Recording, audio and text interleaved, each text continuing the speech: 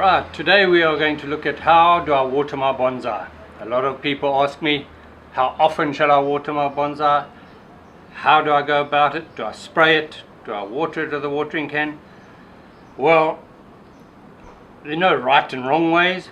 You just want to keep your plant alive and give it its best. So, you should be watering your plant round about once a day, once every 2 days, at least 2 or 3 times a week, depending on whether it is summer or winter. Here in South Africa now, we are in midsummer, so I water my plants every day, if not every other day.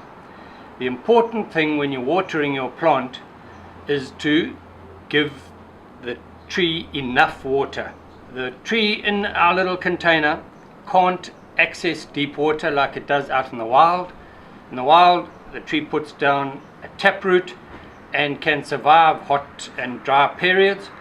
We limit the root contained in a pot, so you need to feed it and look after it regularly and give it enough. So it's important to have drainage holes in the bottom of the container so that excess water can flow out of it. You also want to have your plant freestanding, not in a bowl of water. Some people think keep feeding it and put it in a bowl of water. You will drown the roots of the plant if you don't have drainage holes. With a pot like that, your water sits in the bottom and will drown the roots. So, how much water do I water when I'm filling a pot? It's dependent on the size of the pot. You can have a smaller pot, a medium, or a large pot. You want to give the tree enough volume of water to wet the profile right down to the bottom, and you can actually water enough. You will get used to it until you get a little bit of dribble through the bottom drainage holes. I would say a pot like this, you would probably need about a cup of water when you water it. A pot like this, 2 or 3 cups in volume, but you would be watering with a watering can. I suggest a nice small spout so that you can control the flow of the water, and you would water across the profile enough so that the whole profile will wet. If I take a plant like this, I would water it right around. You cover all the soil so that it is all getting wet and enough water to fill the profile. Now if we wait a little while, you will see the water actually seeps through and comes out the bottom like it is in this pot here. A smaller pot like this, you would use about a half a cup of water, and that would be enough. Just make sure that you're getting the water to all the different corners. If we have a look at a plant like this, you want to water all the corners and give it enough water to come out through the bottom of the profile. It's a good thing to just let the tree know that it's had a rain, so you actually wet the tree. If you can leave your trees outside when it's raining, that is excellent for the plant. Rainwater, you will see the benefit in the tree. So anytime it is raining or drizzling, put your tree outside and let it actually get wet.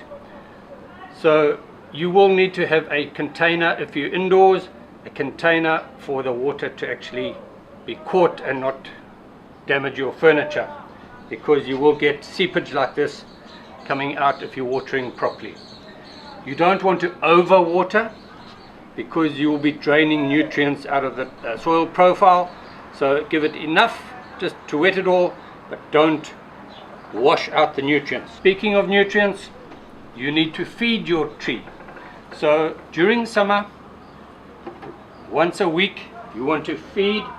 If I can get the food, any type of water soluble food is good for your plant, and I would suggest you alternate.